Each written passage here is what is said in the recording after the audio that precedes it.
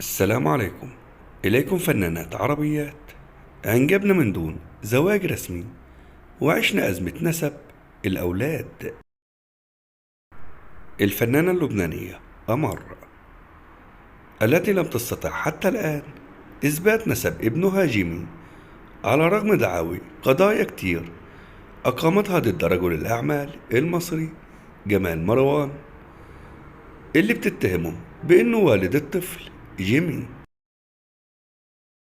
استطاعت الفنانة المصرية زينة بعد سنوات من النزاع القضائي إثبات نسب التوأم عز الدين وزين الدين للفنان أحمد عز اللي رفض الخضوع لفحوصات الحمض النووي، وتمكنت من إصدار شهادتي ميلاد لتوأمها وتسجيلهما على اسم الفنان أحمد عز.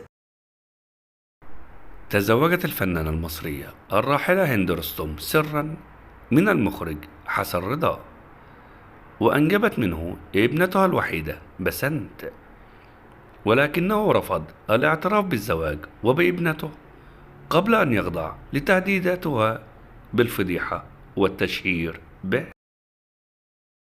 في لقاء تلفزيوني تحدثت الفنانة شيريهان عن أمها التي تزوجت في سن صغير من مدير التصوير أحمد خورشيد، وأنجبت منه أبناؤها جيهان وعمر، وبعد كده انفصلت عنه لتتزوج من رجل آخر، وانفصلت مرة تانية وتزوجت من والد الفنانة شريهان أحمد عبد الفتاح الشلقاني. وكانت أمها السيدة عواطف هاشم تزوجت الشلقاني عرفيا لتحمي ابنها عمر خورشيد من زوجها الأول، فكان ابنها عمر مريض بمرض نادر يلزمه علاج دائم، فاضطرت للزواج عرفيا وأنجبت ابنتها شريهان ولم تحكي لها الحقيقة.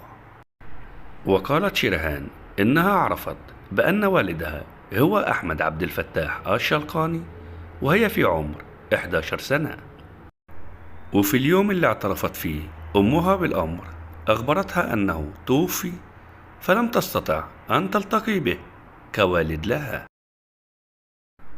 الفنانة التركية مريم أوزورلي الشهيرة بالسلطانة هيام تمسكت بحملها من حبيبها رجل الأعمال التركي جان، ورفضت طلبه بإجهاض الطفلة، وقررت أن تكون أم عزباء وأن تربي طفلتها وحيدة.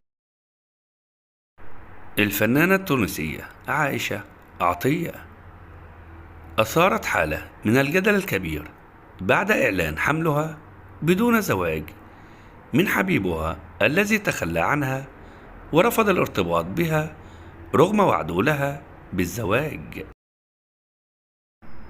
انتهى الفيديو، شكرا لكم.